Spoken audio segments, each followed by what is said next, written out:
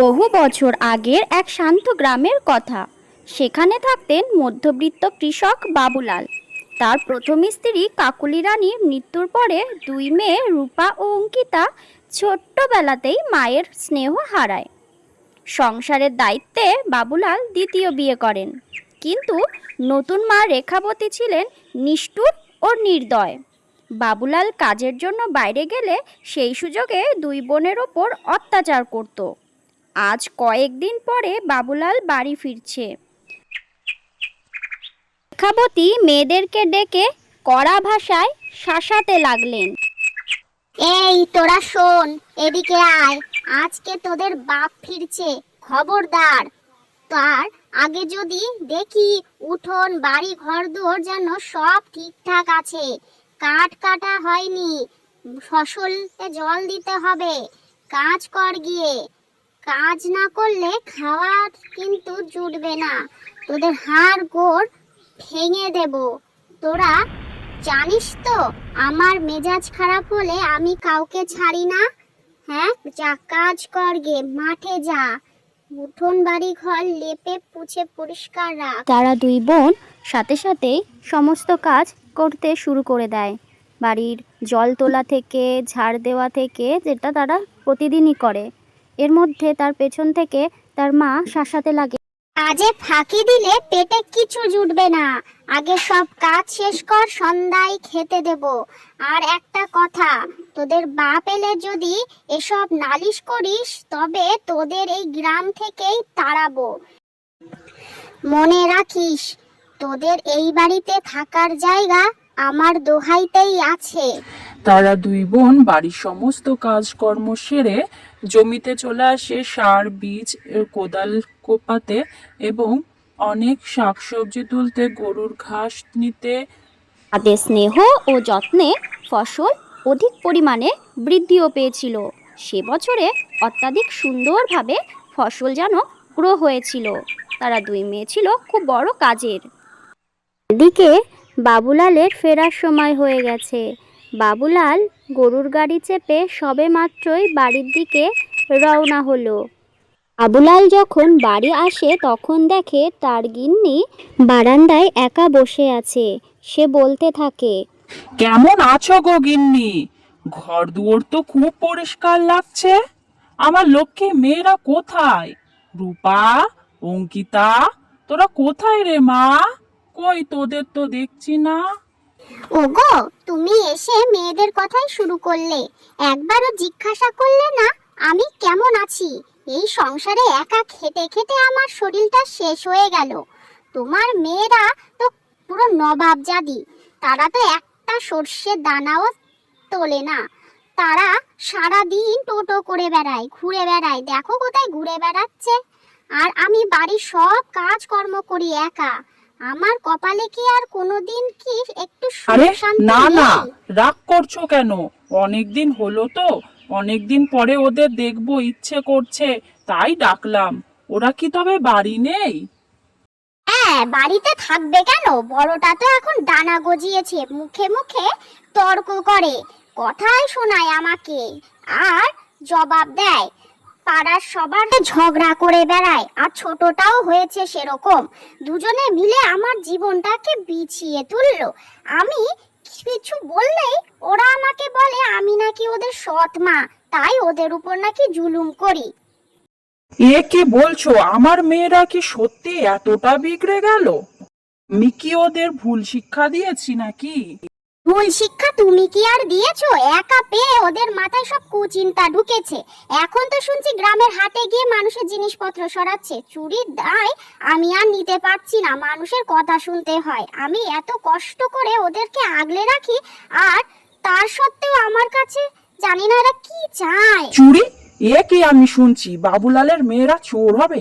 এটা আমি কখনোই মেনে নিতে পারবো না।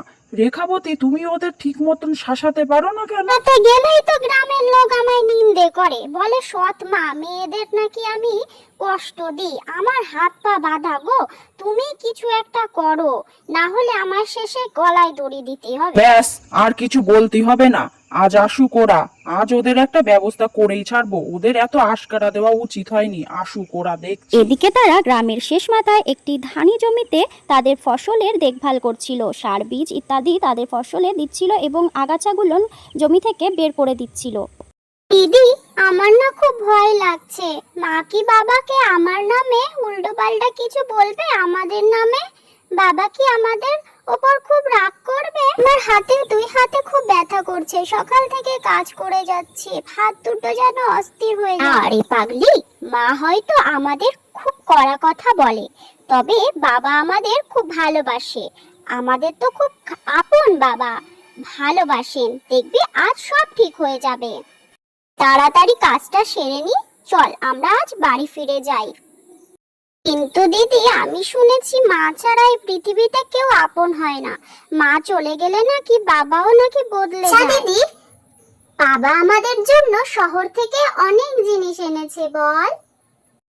আজ আমরা পেট ভরে খাবো বল, অনেক খাবার খাবো বল।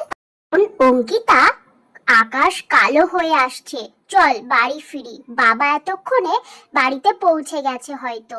দেখবি আজ আমাদের জন্য অনেক কিছু এনেছে শহর থেকে, ভালো কিছুই হবে আমাদের।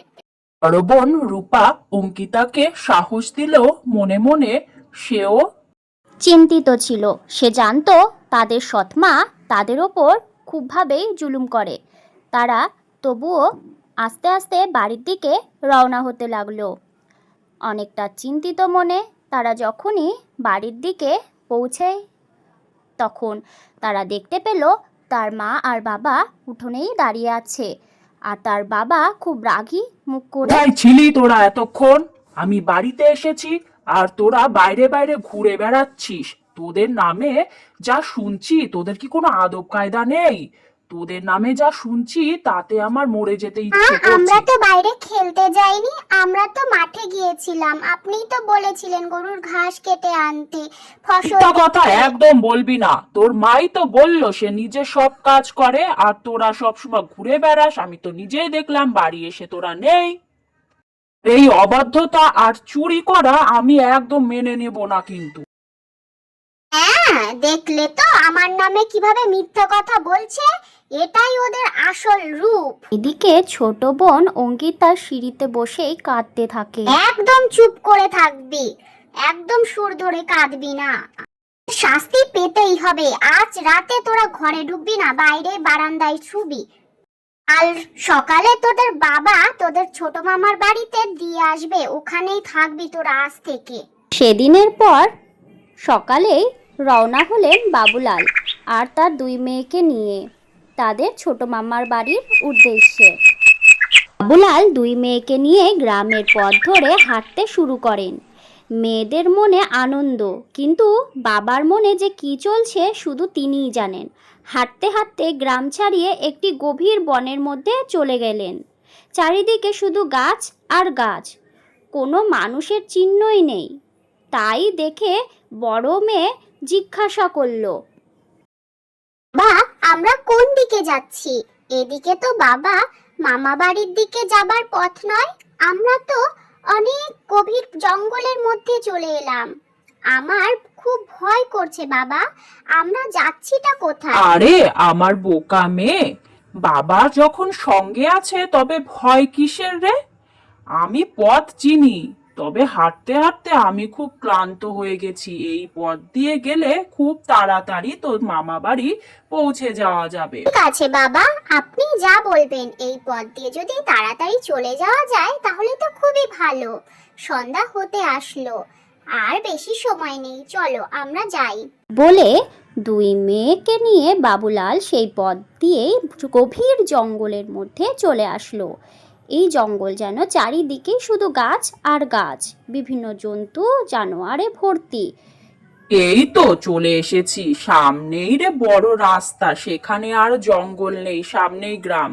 চল, আর যদি কোনো ভালো ফল গাছ দেখতে পাস তাহলে বলিস। বলে তারা আবারও জঙ্গলের মধ্যে দিয়ে হাঁটতে আরম্ভ করলো। তারা দেখতে পেল গভীর জঙ্গলে অনেক জানোয়ার, জন্তু, পাখি, পশু। গাছের মধ্যে তারা লক্ষ্য করলো। ভয়ে তাদেরও যেন গা কাঁপছিল। সেখানে তারা দেখতে পেল একটি কাঠবিড়ালি। তারপরই তার বাবা যখন ক্লান্ত হয়ে যায় তখন একটি জায়গায় গিয়ে বসে পড়ে।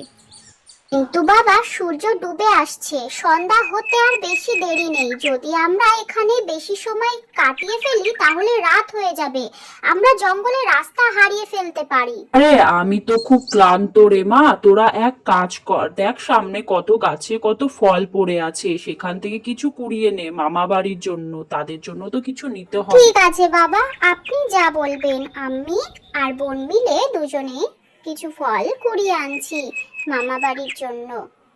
আপনি এখানে একটু বিশ্রাম নিন। আমি আছি তো, তোদের কোনো ভয় নেই। শোন, আমি যতক্ষণ না ডাকবো তোদেরকে ততক্ষণ আসতে হবে না, আমি একটু বিশ্রাম নিয়ে নি, আমি ডাকলেই তোরা আসিস। বোন বিভিন্ন ফল গাছ থেকে ফল কুড়িয়ে এক টোপলা করতে থাকে। এই ফাঁকে তাদের বাবা সেখানে বসে থেকে কিছুক্ষণ অপেক্ষা করে ভাবতে ভাবতে সেখান থেকে পালিয়ে যায়। তারা এই দুই বোন মিলে গভীর জঙ্গলের মধ্যে ফল কুড়াতে থাকে। তারা দুই বোনই এই গভীর জঙ্গলের মধ্যে থাকে। তাদের মনে হয় যে অনেক দেরি হয়ে গেছে, এখন তাদেরকে ফিরে যাওয়া উচিত। তারা দুজন মিলে সেখানে তার বাবার কাছে আবার পৌঁছাতে লাগলো। বলে তারা অনেক গভীর জঙ্গলে ছিল। তারা পৌঁছাতে পৌঁছাতে সেখানে যেতে যেতে উপস্থিত হয়ে দেখে সেখানে তার বাবা আর নেই। তারা ভাবে যে হয়তো আশেপাশে আছে। তারা তারপর বুঝতে পারে যে তার বাবা সত্যি এই জঙ্গলের মধ্যে আর নেই। তারা বুঝতে পারে তাদের বাবা এই গভীর জঙ্গলে তাদেরকে ফেলে রেখে গেছে আর মামা বাড়ি চুতনা দিয়েছে। এই জন্য তাদের একটু আগে থেকেই মনে হচ্ছিল যে বোন বলে, দিদি তুমি ঠিকই ধরেছো, বাবা এখানে আমাদেরকে রেখে চলে গেছে মামা বাড়ির কথা বলে। আমার ঠিকই সন্দেহ হয়েছিল, কিন্তু এখন কেঁদে কোনো লাভ নেই। এখন তো এই গভীর জঙ্গলে কেউ আমাদেরকে বাঁচাতে আসবে না। এখন আমাদের দুজনকেই বাঁচাতে হবে। রাত্রিটা কোনো নিরাপদ জায়গায় খুঁজতে হবে, সেখানে আমাদেরকে থাকতে হবে। চলো খুঁজি। যখন নিরাপদ একটি জায়গা খুঁজতে থাকে তখন হাঁটতে হাঁটতে দেখে একটা পুরনো ভাঙা বাড়ি আর ঝিঝি পোকায় ডাকতে থাকে। গভীর জঙ্গলের মধ্যে তারা একটি পুরনো ভাঙা বাড়ি দেখতে পায়। এখানে মনে হয় কেউ থাকে, চল ভেতরে গিয়ে দেখি। কেউ আছেন? কেউ আছেন? এভাবে অচেনা ঘরে ঢুকে যাওয়াটা ঠিক হবে না। যদি ভেতরে কোনো নিরাপদ না থাকে, যদি বিপদ থাকে, ভয় লাগছে আমার খুব। তুই বল, আমরা কি এই জঙ্গলে নিরাপদ থাকতে পারবো? তার চেয়ে এই ঘরটা অনেক ভালো নিরাপদের জায়গা। চল এর ভেতরে গিয়ে দেখি এখানে থাকা যায় কিনা। যাই। বড় বোন সাহস করে ভেতরে যেতে থাকে। এই ভাঙা বাড়িতে যেন কেউ কিছু আগেও ছিল। সেখানে আওয়াজ দিতে থাকে, এই ঘরে কেউ আছে? কিন্তু এদিকে ছোট বোন ভয়তে সে বলে, জানিস তো দিদি, খুব ভয় করছে। এখানে এখানে যদি কোনো রাক্ষস থাকে। দূর পাগলি, এই জঙ্গলে দেখ সাপ কোপের থেকে একটা নিরাপদ ঘর থাকলে সেখানে অনেক ভালো। এই রাত ছিল তাদের ওই কুঁড়ে ঘরটাই নিরাপদের জায়গা। এরপর তারা আস্তে আস্তে হাট বাজার তাদের চেনা পরিচয় হয়ে যায়। তারাও জঙ্গল থেকে শাক সবজি ফল মূল নিয়ে গিয়ে সেখানের হাট বাজারে বিক্রি করতে শুরু করে। আর তাদের একটা ছোট দোকানও হয়। ফল বিক্রি করে তাদের যা উপার্জন হয় তাদের দু বোনের খুব ভালোভাবেই চলে যায়। তারা আস্তে আস্তে বাজারের ভালোই এক ব্যবসায়ী হয়ে উঠতে আরম্ভ করে। দরদাম খুব ভালো করতে পারে তারা। বেশিরভাগ সময় ছোট বোন বাড়ি বসে বাড়ির কাজ করত আর বড় বোন বাজার সামলাতো। তবে তারা বড় হতে থাকে আর দু বোন হয় অত্যন্ত সুন্দর। ছোট বোনকে দেখলে মনে হয় অপ্সরা, এক পরী।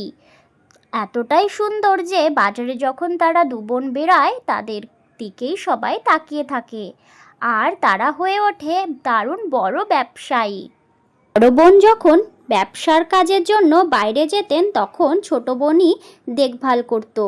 আর দুজন মিলেই সমানে সমানে ভাগযোগ করে মিলেমিশে থাকতো। তারা দু বোন একসঙ্গে বাজারে যেত এবং আসার সময় একসঙ্গেই বাজার থেকে ফিরতো।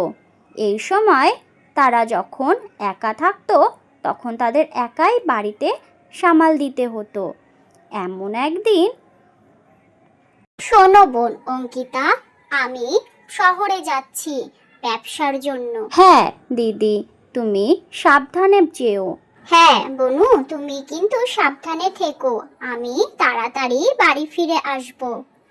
তুমি ছাড়া আমার কিন্তু আর কেউ নেই, তুমি নিজের খেয়াল রেখো, সাবধানে থেকো কিন্তু। এই বলেই বড় বোন রূপা ব্যবসার উদ্দেশ্যে শহরে চলে গেলেন। এ সময় বাড়িতে ছোট বোন একাই ছিল।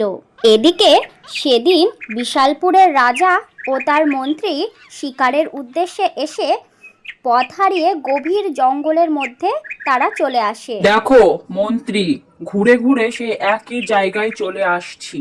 তুমি এক কাজ করো, আমি এখানে একটু বসি, তুমি একটু দেখো, খাবারের ব্যবস্থা করো।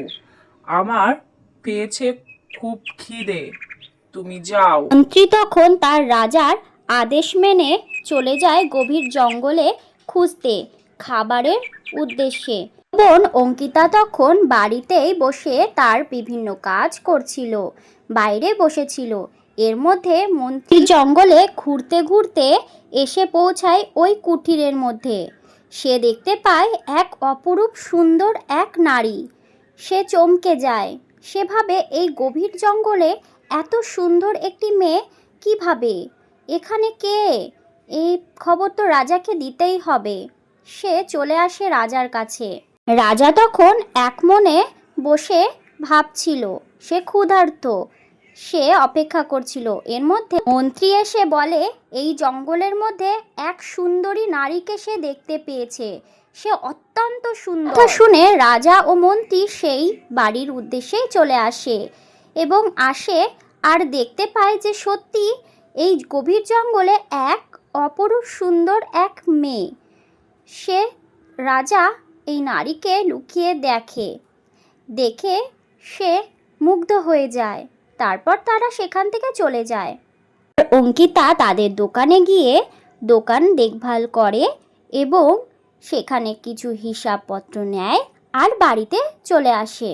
আর রাজা আর মন্ত্রী গভীর জঙ্গলে ঘুরে ফিরে সেই একই জায়গায় এসে উপস্থিত হওয়ায় সেই নারীর কাছে এসে বলে যে এই গভীর জঙ্গল থেকে কিভাবে বাইরে বেরোনো যাবে। রাজা তার সৌন্দর্যের অনেক প্রশংসা করে আর মুগ্ধ হয়ে যায় আর বলে যে আপনি কি আমার রানী হবেন? বিশালপুরের রানী, আপনাকে আমার পছন্দ। সে প্রস্তাব দেওয়ায় অঙ্কিতা না বলতে পারে না আর রাজা তাকে নিয়ে যেতে চায় একসাথে। এরপর অঙ্কিতা কিছু সময় ভেবে তাদের সঙ্গে আস্তে আস্তে চলে যায় রাজপ্রাসাদে উদ্দেশ্যে। রাজপ্রাসাদে যাবার পরে ধুমধাম করে তাদের বড় করে বিয়ের অনুষ্ঠান হয়। অনেক লোক সেখানে আসে। রাজবাড়িতে যেন আনন্দের মুহূর্ত। খুব সুন্দরভাবে সব আয়োজন হয়েছিল। সেখানে ছিল বিভিন্ন দেশের রাজা রানী, আর সেখানে অনেক গরিব দুঃখীদেরকেও ডাকা হয়েছিল। অনেক বস্ত্র দেবার জন্য নেমন্ত্রণও ছিল। কিন্তু রানী ছিল দুঃখী তার দিদির চিন্তায়। সে রাজাকে বলতে থাকে দিদিকে একা রেখে সে চলে এসেছে, দিদিকে খুঁজে নিয়ে আসার কথা। রাজা রানীর কথা শুনে দিদিকে খুঁজতে যাবার উদ্দেশ্যে অনেক সেনাবাহিনী ও ওই জঙ্গলে পাঠিয়ে দেয়। তারপরই কিছু সময়ের মধ্যে তার দিদিকে খুঁজে নিয়ে আসে রাজপ্রাসাদে। তারা এসে সেখানে বসে সমালোচনা করে, কথাবার্তা হয়। দিদি অনেক খুশি ছিল। সে যখন জানতে পারে তার বোনের বিয়ে হয়েছে বিশালপুরের রাজার সঙ্গে। চলো দিদি, বাইরে যাওয়া হোক। আমি বসেছিলাম তোমার জন্য। চলো, সেখানে অনেক মানুষ আমাদের জন্য দাঁড়িয়ে আছে, আমাদের উদ্দেশ্যে। বাইরে গিয়ে দেখে সেখানে অনেক গরিব দুঃখীরাও এসেছিল, তাদেরকেও আমন্ত্রণ করা হয়েছিল। 100 গরিবদেরকে ডাকা হয় বস্ত্র দেবার উদ্দেশ্যে। গরিবরা এসে দাঁড়িয়ে থাকে এবং একে একে বস্ত্র নেয়। এই নাও মা, এটা তোমার জন্য, আমাকে আশীর্বাদ করো, আমরা যেন ভালো থাকি। এই মুহূর্তে দুই বোনের চোখ যায় দুইজন বৃদ্ধার ওপর। তাদের দেখে এরা চিনতে পারে এটা তার সেই সৎ মা আর তাদের সেই বাবা। তোমরা হয়তো আমাদেরকে চিনতে পারছো না, কিন্তু আমরা তোমাদেরকে দেখে চিনে গেছি। তোমরা বহু বছর আগে তোমাদের দুই মেয়েকে গভীর জঙ্গলে ফেলে রেখে চলে গিয়েছিলে। তার কি কোনো খবর আছে? তোমরা তো খুব নিষ্ঠুর লোক, পাপী লোক, তোমাদের শায়েস্তা করতে হয়। হ্যাঁ, আমি খুব খারাপ কাজ করেছি। আমার খুব ভালো মেয়ে, পবিত্র মেয়ে দুজনকে তাদের মায়ের কথা শুনে গভীর জঙ্গলে ফেলে রেখে চলে এসেছি। খুব পাপ করেছি। ওরা চলে যাওয়ার পরে ফসল, বাড়ি, ঘরদোর সব নষ্ট হয়ে গেছে সব। সৎ মা ও বাবা নিষ্ঠুর হলেও মেয়ে দুজন ছিল খুবই দয়ালু এবং মনোপ্রিয়। তারা দুবোন সারা বছর দুঃখে কষ্টে দিন কাটিয়েছে। তারা তাদের মা আর বাবাকে ক্ষমা করে দিয়েছে তাদেরকে, কারণ তারা ছিল নিষ্পাপ ও নির্দয়। তাদের বাবা ও মাকে শাস্তি দেবার বদলে তাদের থাকার ও খাবারের ব্যবস্থা ও তারাই করে দেয়। মানে উপস্থিত থাকা অচিনপুরের রাজা বড় বোনকে দেখে মুগ্ধ হয়ে যায় এবং বড় বোনকে সে রানী করে তার রাজ্যে নিয়ে যায়। এরপর সেখানে হয় খুব সুখের মহল। তারা খুব মজা করতে থাকে এবং ছোট বোন সেই দিন অনেক আনন্দে নাচ করতে থাকে। এখানেই গল্পটি শেষ হলো। কেমন লেগেছে তোমাদের এই গল্পটি, ছোট্ট গল্পটি, অবশ্যই এই কমেন্টে জানিও। আমাদের কোনো বন্ধু রূপা বা অঙ্কিতা নামে থাকলে তাদেরকে অবশ্যই এই গল্পটি শেয়ার করো। আর তোমরা যদি চাও তোমাদের নামে যদি কোনো গল্প তৈরি হয় তাহলে অবশ্যই তোমাদের নাম আমাদের কমেন্ট বক্সে দিও কিন্তু বন্ধুরা। আমাদের ভালোবাসা থাকলে আমরা আবারও সুন্দর গল্প নিয়ে আসবো।